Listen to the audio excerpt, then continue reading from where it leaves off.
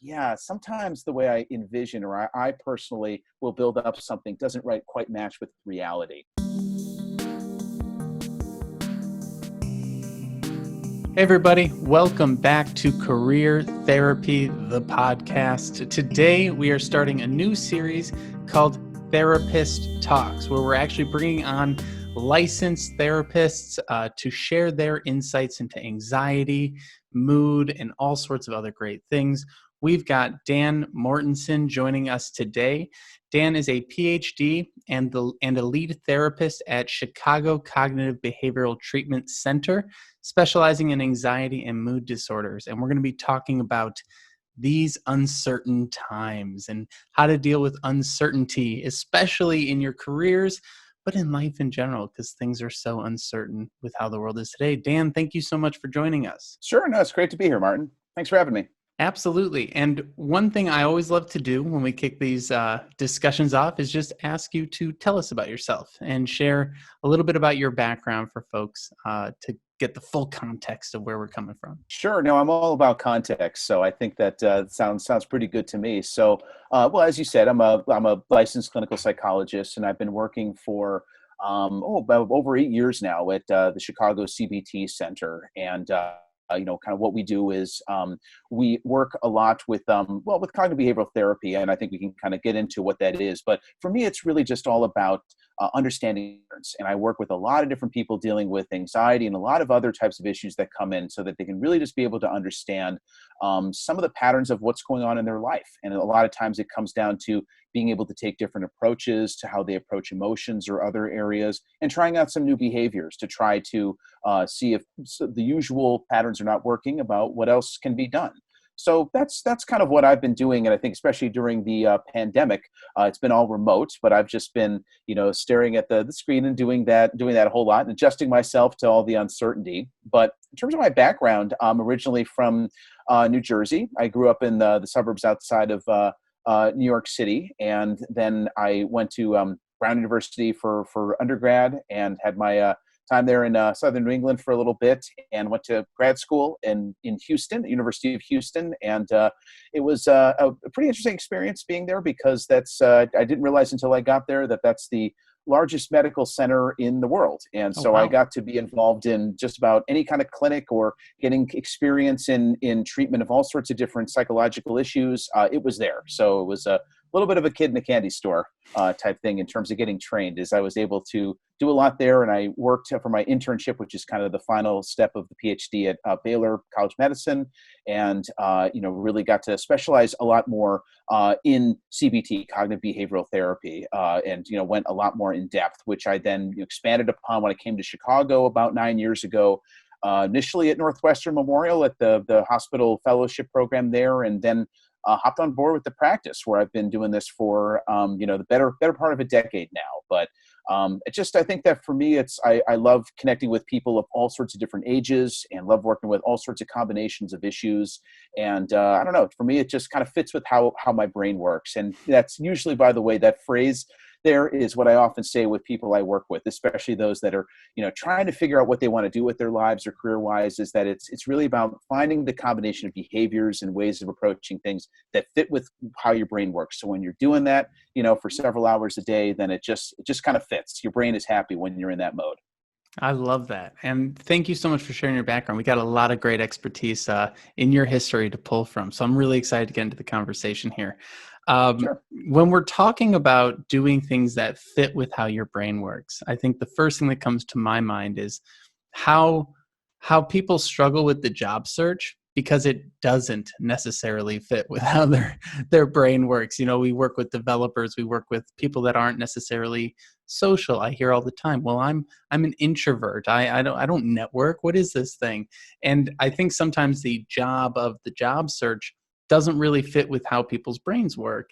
And I'm so curious, like, as you work with people and you see things come up that are career related, what are some of the most common things that you see come up that are maybe tough for people to adjust to, or learn as they're kind of trying to be pro-social and develop as individuals in their career? I think there's a couple things that come to mind there. I think one thing when it comes to just job searching is that some people really want the immediate results. That's how they're wired. Is they want to be able to go on Indeed, click, and then hear back right away. And then the idea that it's going to be more of a process. That there's going to be a lot that goes out there. It's going to be sometimes be a wait. Sometimes it doesn't make a whole lot of sense about how long or how long it takes for some people to get back to you. So I think that's definitely a big source of concern. I think that it's also just dealing with just a lot of the uncertainties in general about when you're really in the mix of this, about trying to figure out exactly what it is that you want to do. So a lot of it is also clarifying and trying to fine tune, because with Indeed, it's so easy to just click and click and click. And then to think a little bit more about what is it that I want to try to target more for myself, and try to think about what matches up with me. So that's another thing, is trying to clarify a sense of values and what is most important and what really is meaningful to you that you want to try to target. So it's kind of like the uncertainty and knowing also where to begin, sometimes with a lot of that, or just feeling paralyzed with so many different options. And I think also trying to maximize a little bit about what might make sense that can really be the best match for how you work as a person. That's awesome. And I think that part of knowing your values, that's something that's so difficult for folks, especially when they're in transition. Because sometimes, our values are, we don't sit down and analyze our values. We maybe adopt values from childhood, from family. We adopt values from our company. Every company has a value statement now, right? And especially with what's going on in the world right now, a lot of people have lost their jobs, have been laid off, have maybe lost the structures that they relied on for their value systems. So how do you sort of work with folks and help them discover their own, unique values, outside of all the different things that are around them? Yeah, it's tricky, because I think that a lot of times when it comes to anxiety or depression, or any number of issues, is that there can be kind of a remoteness from our values, and I think sometimes it can be maybe portrayed as an ambiguous process, or values is kind of an abstract term.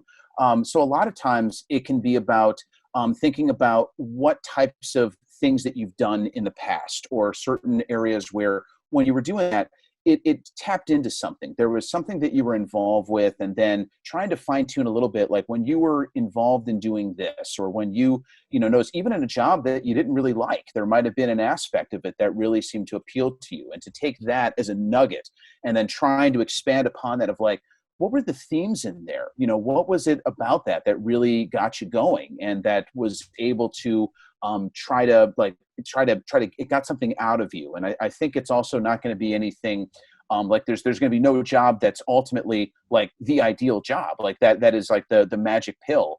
But a lot of it is just trying to understand, among all the muck of all the different jobs or things you've done in the past, that what's underlying that, what are the variables that are in there that really kind of got you going, or that really seem to kind of get you into a spot where you felt challenged, but not too challenged, so that you were really able to constantly kind of expand what you thought you were capable of doing. And then in the job search, it's then trying to find out, instead of kind of getting really stuck on the outcome of the actual job title, it's what's involved in this job? What kind of things would you be doing here?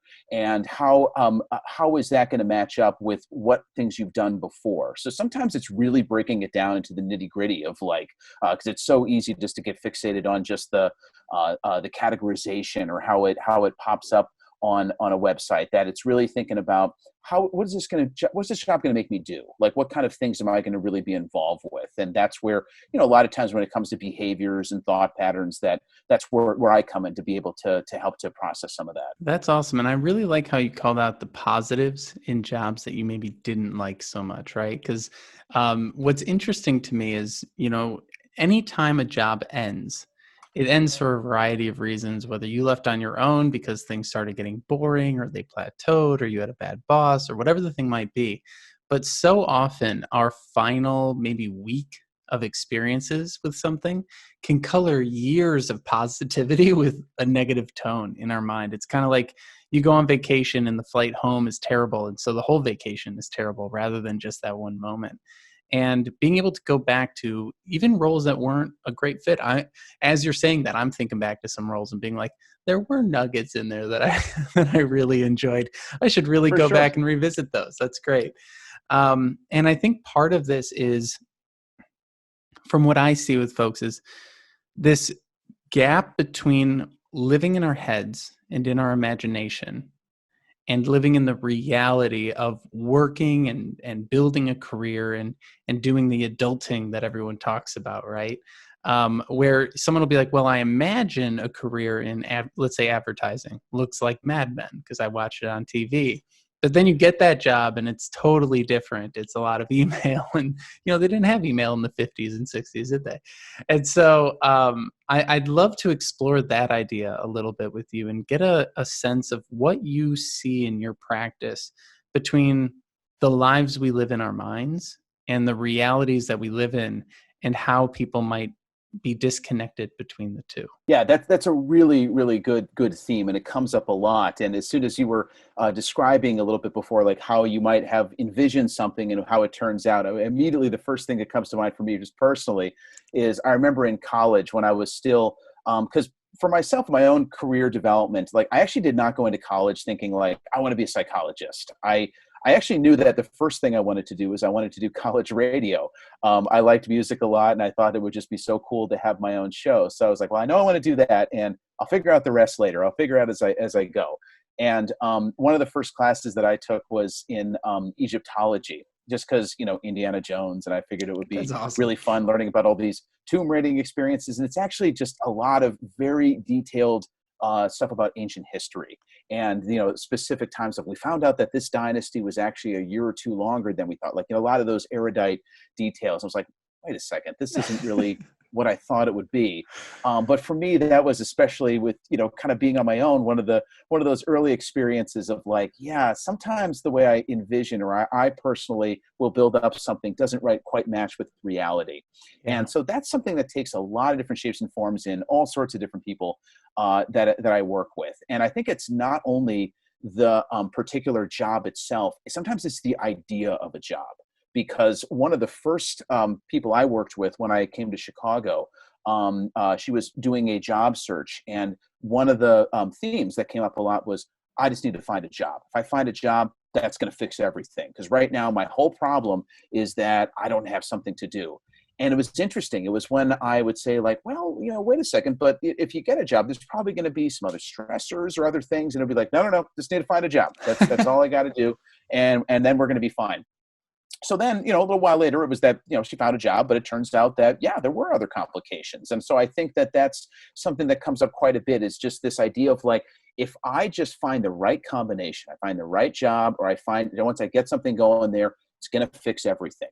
That's like a big thing that comes up, is this like, that's going to be the magic combination of items of everything in my life. And then that's going to be that. When instead, the real thing I try to work on there is recognizing that doesn't exist. Like instead, it's going to be learning how to adapt and improvise to, whatever you're given. Like it's going to be ultimately, like a phrase I'll say is that there's jobs that are complicated and have all sorts of things that you don't like and drama that you have to deal with. And there's no jobs, because no matter what you're going to get, there's going to be some level of that you have to try to adapt to. So, it's really, I think then the idea of like, it kind of goes back to some of the uncertainty stuff that we were saying before, is that it's not going to be totally laid out. It's not going to be an absolute slam dunk. It's really just learning how to deal with some of the mess and deal with some of the noise, and recognize that that can be there, and you can have all those difficult emotions that come with it. You can still have a good experience at the job. It's that there's kind of a myth that's portrayed in our culture that if you're experiencing distress, if you're experiencing something that like is stressful, you're doing something wrong. And instead, it's like, that's a very natural consequence that can happen when you're doing all sorts of stuff that are job related and otherwise. And it becomes, instead of trying to prevent or avoid feeling that, how do you still work with that when it shows up? How do you still be able to make something of it and do something that can be values consistent, that can actually feel really good and align yourself with what you want to be doing? That's so great. Yeah, this idea that we're supposed to not feel discomfort and that things are supposed to be easy, I think is so interesting. And I hear that too all the time. As soon as I get a job, all my problems are solved. And I just go, no, you're trading one set of problems for a different set of problems, because everyone that I coach who has a job is complaining about their boss or complaining about Yeah. their commute or I guess no commutes anymore. But that concept of, in my mind, the way I thought about it, or maybe I read this in a self-help book or something, but it's what problems are worth the effort, and thinking about it in that way. It's like, oh, wait a second, there's always a problem, but which problems are worth contending with? And that has helped me throughout my career realize, like, the problems that I have in this job aren't even the problems that I want to be having. Like, I do want to have problems to work on, things to solve, things to keep me motivated and interested, but not, in my case, data related problems. I want to have people related problems. And so Yeah. that shift Yeah. from that data marketing to that people coaching has been a real big realization for me as an individual. And I think that that's the kind of you know thinking that helps people transition slowly from one idea to the next, rather than getting stuck in this kind of binary thinking of Yeah. it's either perfect or it's all crap, or it's perfect or it's all crap. And that, you see it in relationships, you see it in family dynamics, you see it everywhere. It's like it all kind of plays into it sort of weaves together, right? And so how do you sort of see that binary thinking come up in other ways in the people that you work with? Sure. So there's a whole subset of things that are called cognitive distortions, where your mind can portray things a certain way. And what you're talking about, the binary representation, is that's kind of all or none thinking. It's either all good and everything's great. That's the way it's perceived. It seems that way, or it's all bad. And so it can be, in some ways, really exploring that it's a continuum. That the way that you're representing this just as a variable is off. Like, and it's working to shift into where understand that they're more on a scale. There's a lot of shades of gray than that. So that's something that I definitely try to work with quite a bit. Because I think, again, it kind of goes down to this thing where a lot of people that I work with, that especially that have anxiety, tend to be very analytical thinkers. They tend to be thinking, and that's why in some ways they can be experiencing a lot of great success at their jobs or different things, is because they just are able to mobilize, think through problems, and think like, okay, we have an issue. How do we fix it? How do we do this or that? But when it comes to emotions or uncertainty, there's no fixing. And you can't take that quite binary approach of like, what's the thing I do to make this go away?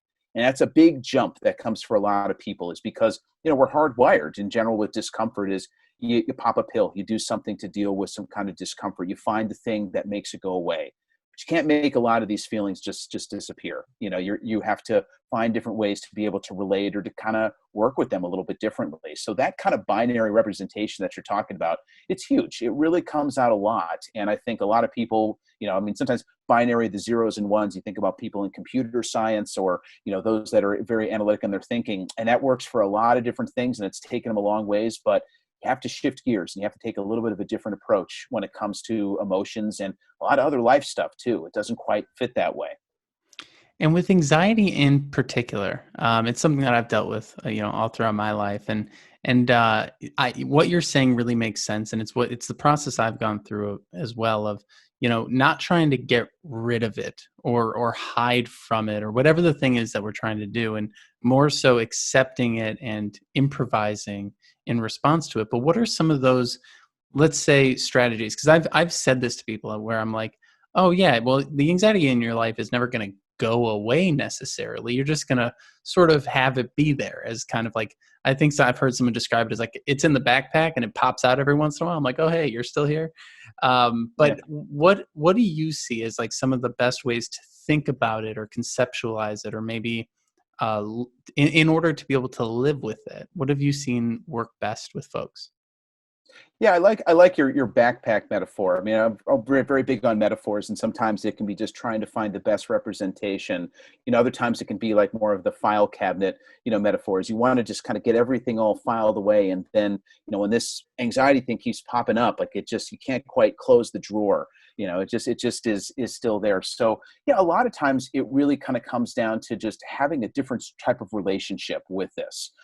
There's, in terms of like for a brief history with cognitive behavioral therapy, is that it started off like earlier in the 20th century, kind of more in the 50s and 60s, around just behaviors and behavioral modification, what we can do to reinforce certain things or, add negative reinforcement to help shape behaviors. And then a little bit later on, it became about taking a look at the cognitions, a lot of the patterns in our thinking. And a lot of people like Aaron Beck, Martin Seligman, who wrote a lot about this and optimism, that became a big part of cognitive behavioral therapy and sort of the second wave, so to speak, of research. And then more recently, there's been this third wave of cognitive behavioral therapy, which is very much focused on acceptance and also brings in themes of mindfulness. Now, mindfulness is a very overused term these days. If you kind of go to any grocery store checkout center, like on the cover of all the magazines, you'll see mindfulness in you, mindfulness here, this and that, mindfulness in yoga. So it's all over. But what really that comes down to is the idea of changing up the relationship you have with your inner experience, especially the trickier, more difficult emotions, where instead of just trying to get rid of them, or if something gets stuck in the backpack or the file cabinet, just trying to push it down or throw it out, it's how do you understand and develop a different approach that's more accepting, knowing that it's going to pop up, but knowing what its patterns are and knowing how you can adapt and work around with it. A common expression I'll say with this is that when it comes to anxiety, it really comes down to addition or subtraction. And most people are trying to do a subtraction approach. They're trying to get rid. They're trying to just remove this.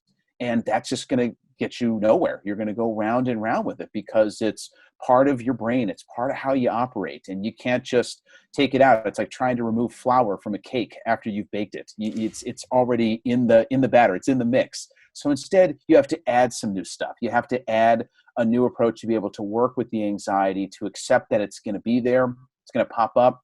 But how do you work around it? How do you do some things to not feed into it as much? And again, try to really focus on the more values consistent behaviors that you want to activate more and do. That's really what it comes down to. That's incredible. And one of the ways that I've, speaking of metaphors, conceptualized it, in my mind, I use kind of an orchestra picture. I have an orchestra of all the different emotions playing different instruments. And sometimes some are way too loud, and I'm supposed to be in the conductor seat, trying to lead the orchestra. I have them work in harmony together. But very often I'll find myself in the audience watching this orchestra play and just being like, whoa, those emotions are going crazy. And sometimes I'll see I'll see anxiety run up and just take the conductor seat. And then he's just like, everyone's loud today. And that kind of like imagery and whether it's saying, get back into that conductor seat and actually talking myself, like, and visualizing myself getting back into that seat, or let's say it's a metaphor of a car, like if anxiety is driving the car, can you pull over and change seats or something like that? And like literally going through it in my mind. I find those metaphors to be really helpful in sort of contextualizing it as part of your brain rather than your whole thing. And I think this leads into the idea of emotions, right? A lot of times people say, I am depressed or I am anxious versus I'm feeling depressed or I'm feeling anxious, and that embodying the full emotion versus being able to say, I'm feeling a dozen different things and this one's the loudest. How have you sort of seen that, or what are the best practices from your teachings of how to identify with or relate to emotions? Yeah, I really like your orchestra metaphor. That's definitely pretty good. And it really actually is largely related to another one I'll often do, which probably comes from my time on the radio. If I think of like an audio mixing board, of adjusting the different volume levels and how loud certain things are. And sometimes what can happen is the certain emotions, the anxiety section, the volume is turned way up on there. So instead, it's like we can't get rid of that. We can't totally do it, but we can adjust the volumes. And sometimes it can be about reducing the anxiety. There might be some things that you can do to be able to bring the volume level down there. Other times you might be limited with that. You can only do that so much, but you can up the volume on some other areas too that can comparatively help to balance things out. That's another aspect that can be done in conjunction. And when some people get really, really fixated on, I have to reduce my anxiety, I have to get rid of my anxiety, is it gone now, or is it what's going on with that? Then sometimes it can be about focusing on some of those other volume levels. But a lot of times, then the mixing board is just one example of this.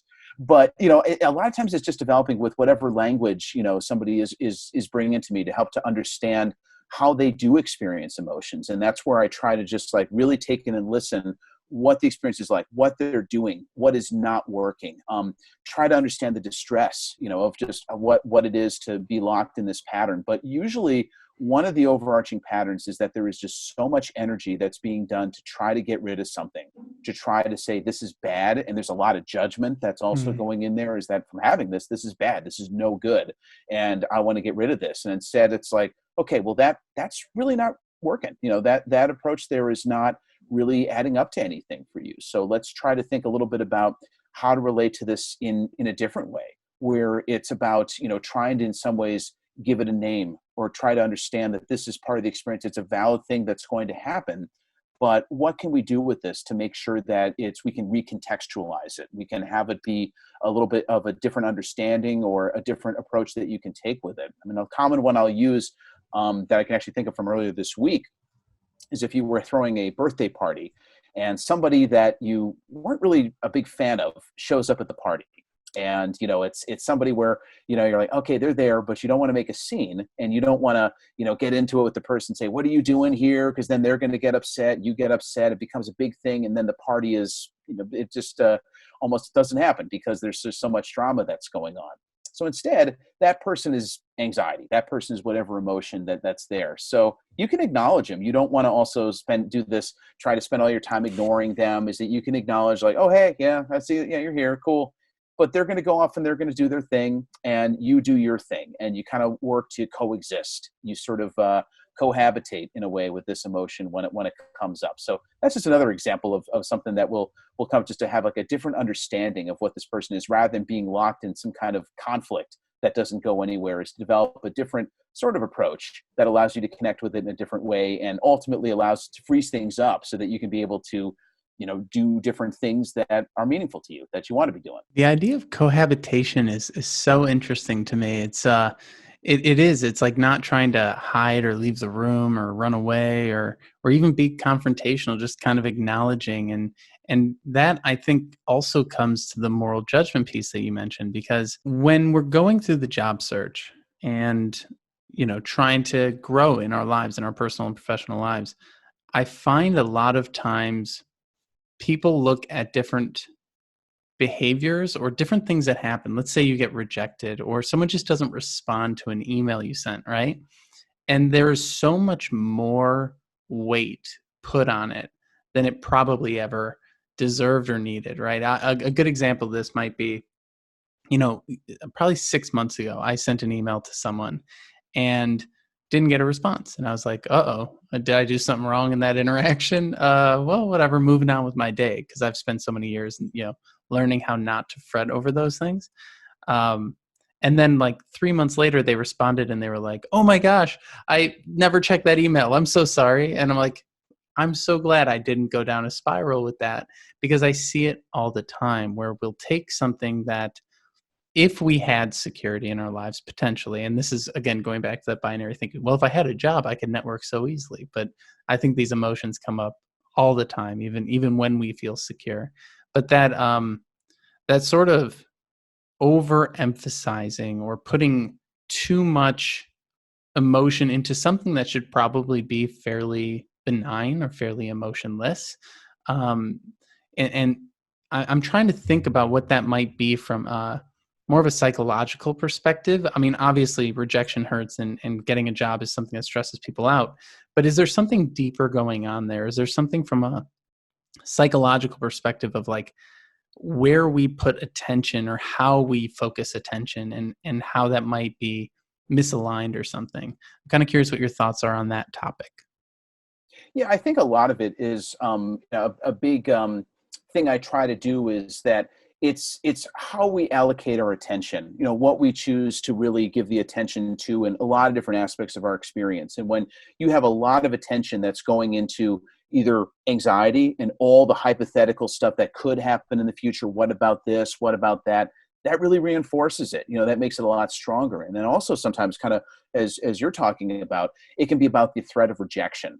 And the idea of like, well, what if this doesn't work out? What if they don't get back to me? What if I'm just, left here, waiting further for this to happen? So sometimes when people build that up and they give all this attention to a scenario. I've been using the phrase more recently in the iPhone era of of autocomplete. Is that like in some ways that you have an auto-completed future that all of a sudden when you start thinking about it, it kind of gets into that like that fuzzy thing where it's almost like actually entered on your screen, but it's about to, like, it gets activated, like it's there and it's about ready to go. And then because you see that, you're like, oh, like that could happen. And I just can't do it. I can't apply to this job. I can't follow through with this because I saw the potential version of all the bad stuff that could happen there. And just like with that auto-completing thing is that you can actually choose to type something else. And then that just kind of goes away and you're able to create another narrative there. But instead, some people, because just that idea of rejection or just that it's such a hot emotion that they just kind of immediately back away from, then that becomes the default response. And the problem with that, when you're avoiding a lot of that, is then you don't have a whole lot of evidence to the contrary. You're not able to actually show yourself when you do follow through that this is actually what can happen. Sometimes it goes well, sometimes it can be a waiting game, and other times it could be a rejection. But it's ultimately going to be kind of a mixed bag, probably. So it's kind of working to not just operate on this more fear-based mentality of everything that could happen and develop an openness and more of an acceptance-based approach that, yep, all these things could happen, but really what's driving me? What should be about the engine that's directing my actions? Is it the uncertainty? Is it all the anxiety about the hypotheticals? Or do I want it to be more like what you value, and that this idea of like, no, regardless of what happens, I want to be able to say that I at least applied to that job. I love that. And you've got me thinking about a kind of a deep question, I think, which is, back when my anxiety disorder was at its full like strength, it just really getting me. I really couldn't picture a future that didn't have it, right? Like I figured there are just people who don't have anxiety, and then there's people like me. And one of the things that I'm really curious to learn from you is, so let's say someone is in the job search and they're incredibly anxious, and every day they just kind of pop off their pillow with those morning fears and check an email and like go to bed with the Sunday scaries and all the different things that come along with it. And they really can only imagine one future. It's a future that's unattainable, which is a anxiety-free future where I wake up and I never, ever for the rest of my life feel anxiety. That's kind of that binary thinking. And they really can't picture what a healthy relationship with your anxiety would be. Because honestly, if you have zero anxieties, you might walk into some bad situations unprepared. So that might not even be good. It's like not being able to feel pain, right? You got those Bond villains starting to happen.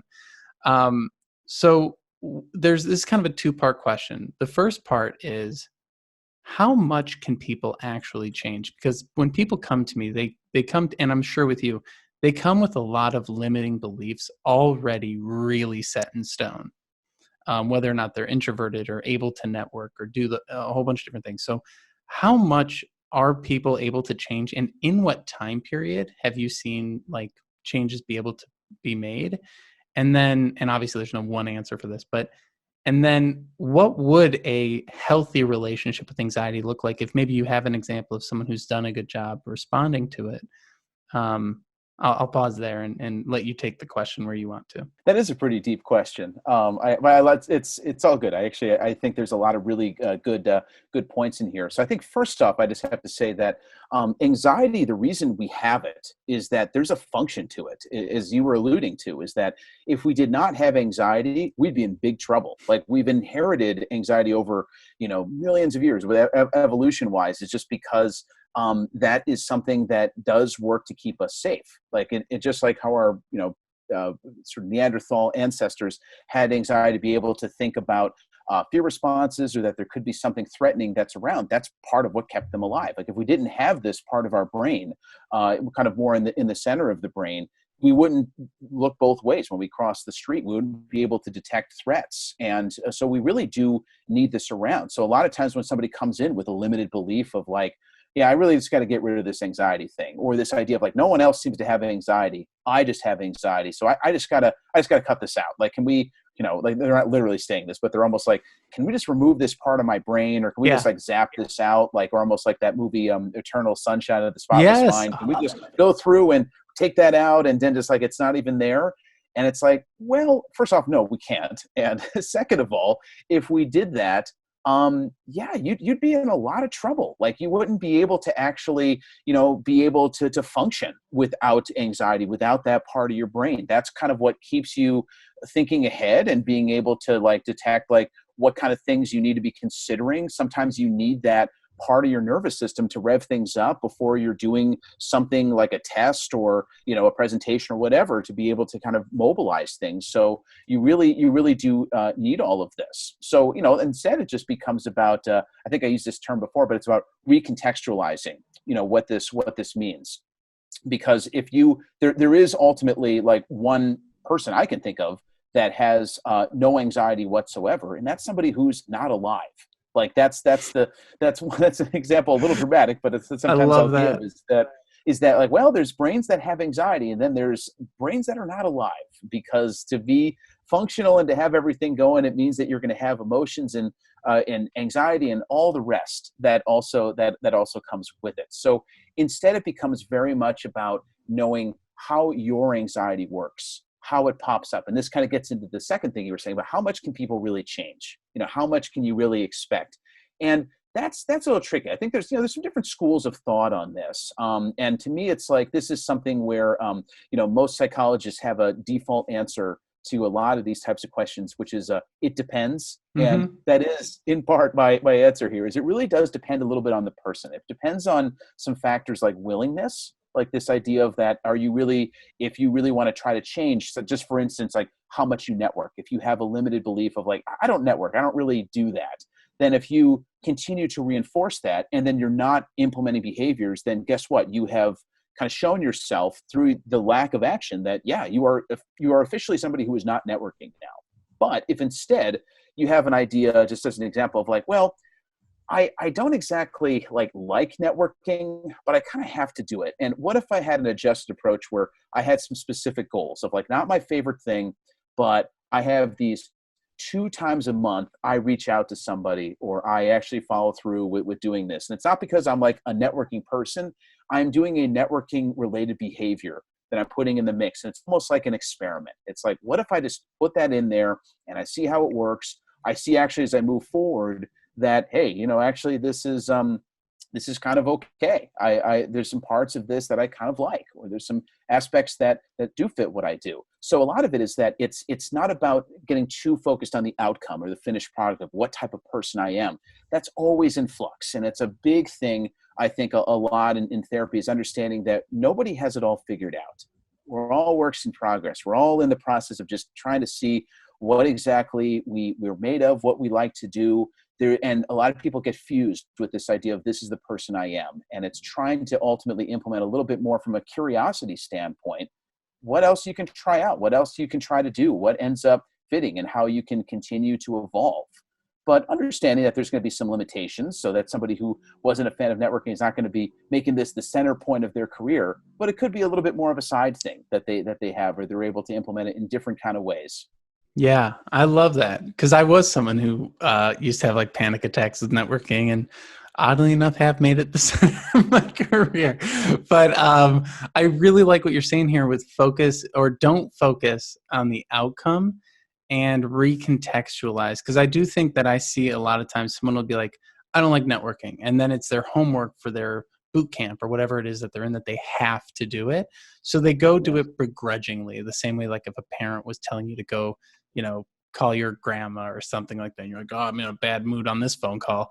And then all of a sudden you're actually bringing to life the fear that you have, right? If you go into networking with I'm not good at this attitude, and then it goes poorly because we went in with that super negative view, we're reinforcing that we're not good at it. And then we're going to be more scared to do it again, rather than, this might not go well, this might go well, who knows? But it doesn't really matter, because it's more about the action than anything else.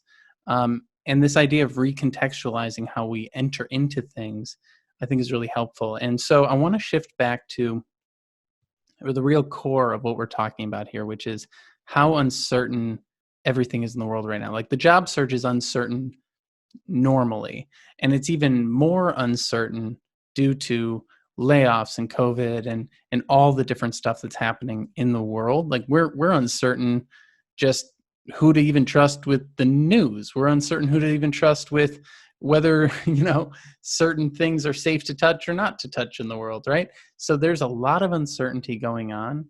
And so when you think about the uncertainty of the world and this process of recontextualizing, I've seen folks like stop watching the news during their job search in order to keep themselves somewhat calm. I've seen people do a lot of different behaviors, but what are maybe some of the recontextualization strategies that we might be able to apply in such uncertain times, kind of more broadly? In a lot of ways, I feel like, I, like everybody, am still figuring that out myself, because a lot of the stuff we took for granted, just with our daily routines is so altered. So right now, if the question comes, I've been working remotely and doing sessions via Zoom or FaceTime or whatever. And if the question comes, so when are you going to be, back in the office? It's like, well, we have to see how it goes. For right now, it's want to be as safe as possible. So even just those basic things before, they come under fire,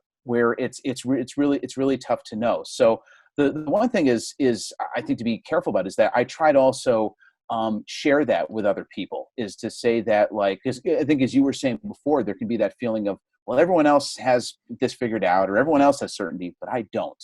There must be something up with me. And instead it's like, no.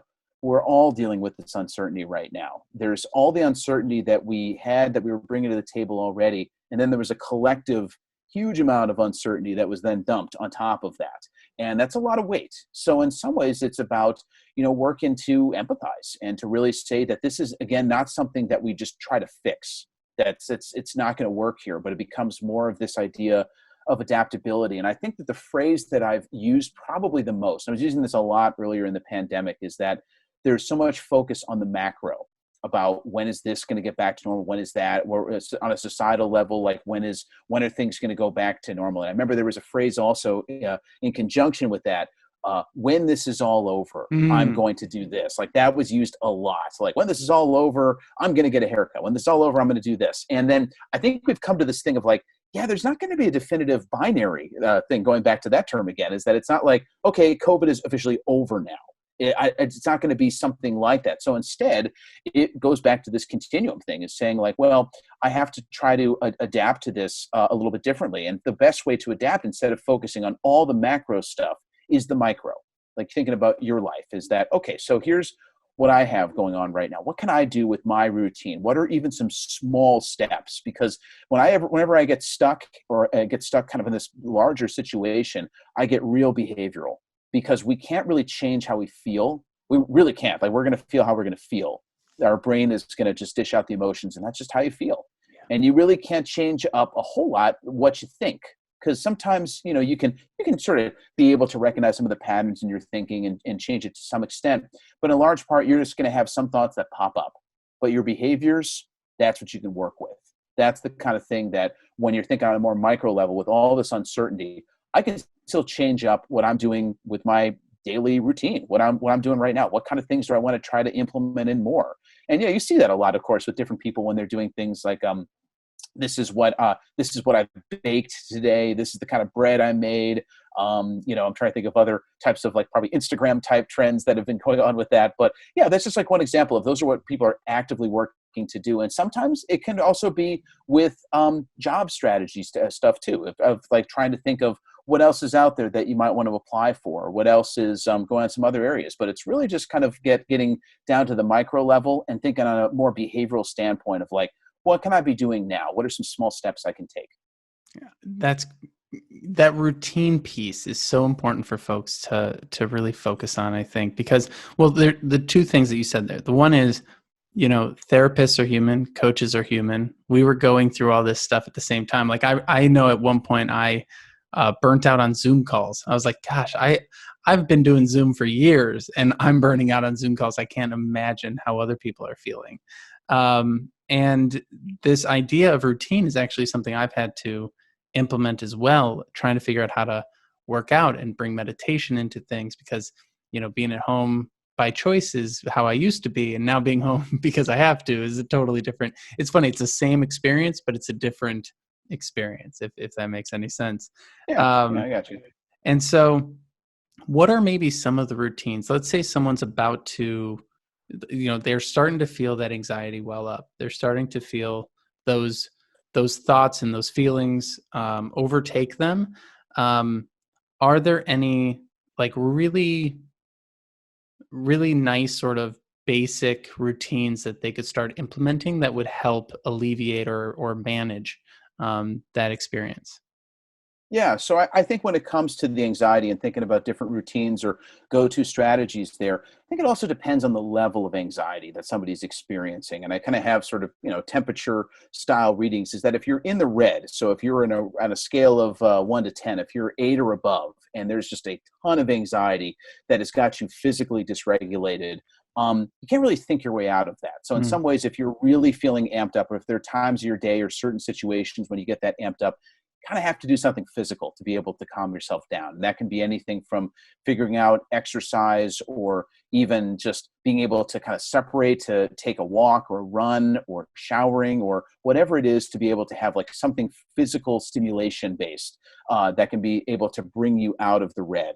That's one thing that can be added to the routine. But if it's more in the moderate end, where I think of that as being, just anxiety that's kind of got you restless and it's really tough to get out of your mind, that's when sometimes you want to try to do some different strategies just to be able to acknowledge and work to kind of shift your focus away from that. So sometimes that could be, even writing down what it is that you're feeling and being able to delay immediately acting on it and just saying, I have all this stuff that's on my mind. I'm going to put it down. I can revisit it later. That way I haven't forgotten it. It's all there, but I can kind of sort through a little bit later what's most important for me to do.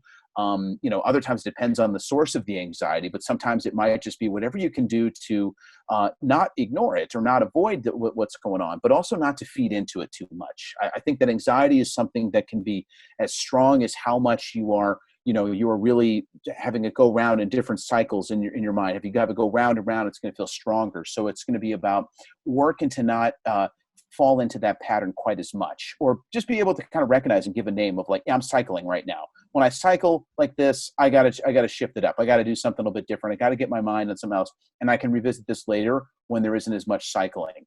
And then sometimes that can really make a difference. And if it's just like a little bit of some lower level of anxiety, just feeling a little restless, that's sometimes where some of the old tried and true strategies, like the deep breathing, or maybe you kind of just turn on Headspace or a similar app just to be able to meditate for a little bit. That sometimes can help just to kind of recenter yourself. But I always hesitate sometimes with some of the more meditation based or some of those kind of strategies when the anxiety is more in the upper end of things. The last thing you want to do when you're having a rush of thoughts and tons of anxiety is like, I'm going to sit with this, because that can be a little too intense. So it's like, let's do some things to bring it down, and then like maybe a little bit later you can kind of work to sit or reflect. But it's all a matter of timing, I think, when it comes to that. I love how you broke that out with the different levels and the different types of responses. I think sometimes when we are seeking help with anxiety, we just kind of jump to, the top 5 things you can do to reduce your anxiety article. And maybe maybe you're trying to use meditation when you should be using a run, or maybe you're trying to, you're trying to fix too extreme of an emotion with too small of a solution. And if you study meditation, like, they'll even say, I was reading Hardcore Zen, and he was saying, if you think meditation is going to calm you down, you might not be meditating right, because it might very much amp you up, because you have to face yourself and face your thoughts. So I love that you put that out there. When it comes to, and we're getting to the end here, when it comes to therapy, coaching, self-reflection, all these different things, right? Like people can journal, people can, watch videos online, kind of talking about the different stages of help that people might need at different points in their life, in their career, in their anxiety, in their different experiences and emotions. We talk about coaching a lot of career therapy, but we really encourage people to go see therapists as well. I think it's incredibly helpful in your personal life and your career and everything. And so, if someone is thinking, should I see a coach right now, or should I see a therapist right now? What are some things that they might want to reflect on or think about when making that decision? Yeah, that's a tricky question because actually a lot of times, especially for younger folks I work with, I will introduce myself as a form of coach. Oh, Is cool. that just like a coach is able to tell you, like, here's some strategies or things that you can do or ways to improve your performance. There's an aspect of that I do that is, pretty congruent with a coach. I think though is that I can be able to switch it up beyond that as well. If we want to actually, just really kind of just work to sit with some emotions or just kind of be able to hear through some other stuff and have it not be like immediately and what's the game plan, that's something that also can be in the psychologist or therapist wheelhouse as well. So I think a coach can be, if you have some really specific areas, like especially maybe like with professional development, you're like, yeah, I really want to fine tune these. I think a coach could actually be a very nice fit there. But if it's a little bit more ambiguous and you're like, well, I got these, but there's a lot of stuff with myself and a lot of my own emotions that can kind of hijack things, or there's a lot of stuff I don't totally understand about what's getting me so stuck. That's a little bit more in my realm, because whenever there's that ambiguity and just everything seems out of focus here, and I want to try to get that in focus more, then yeah, that can definitely be something that where I come in to be able to help out with that. And sometimes I think it can almost be like I can work in conjunction with a coach. And I've done that kind of thing before, where it's like, working to that I'm working on certain things, and maybe there's a executive coach that's also helping with some other things so that we can all be working together for the same goal. That's super helpful. And it's so fun as a coach, I come across, and this is one of the reasons why it's called career therapy and why I'm so happy to be talking to you, is because, I'll be talking to someone and we'll hit a point and I'm like, that's not really a career related thing. That is a much deeper Right. thing that you might want to explore with someone who's really, trained in that area, whether it's from anywhere from like a depression from a divorce to actual suicidal thoughts and things like that. So it's very interesting to see the multi-layered struggles that people are having when they think it might be their career, but really it's a lot of different things involved. And so it's always a wonderful day for me when I'm chatting with someone in the DMs and they go, you know what, actually, I don't think it's my job that I need to be focusing on right now. I think it's me, and I'm going to go take some time to Yeah. figure myself out. And I'm always like, yes, like that's a great moment. I'm like, that is exactly what I love to hear when it's the right time and reflection. So I'm really excited. I'm glad that you joined the conversation today. I'm excited that folks are getting to hear your perspectives on these things. Where can they go to find out more about you, your practice, and the things that you like to share? Sure. So yeah, if you just go to our website, chicagocbtcenter.com, we've got all the information there and more about the practice. It's pretty comprehensive, and you can read both more about cognitive behavioral therapy and our approach to treatment. You can learn more about myself and the other providers there. And there's also some links to some other organizations that also work with anxiety if you kind of wanted to look a little bit more in there. So there's all sorts more information on the website if you're interested. Wonderful. Well, thank you so much for joining us today, Dan. It's been a pleasure chatting with you.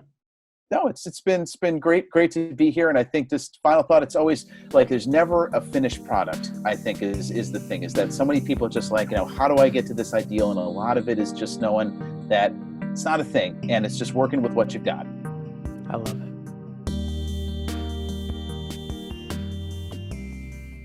Thanks so much for stopping by this episode of the Career Therapy Podcast. It's been a pleasure having you. And if you're curious about what we do here at Career Therapy, head on over to www.careertherapy.com to see all of our coaching options, resources, and links to other things we got going on.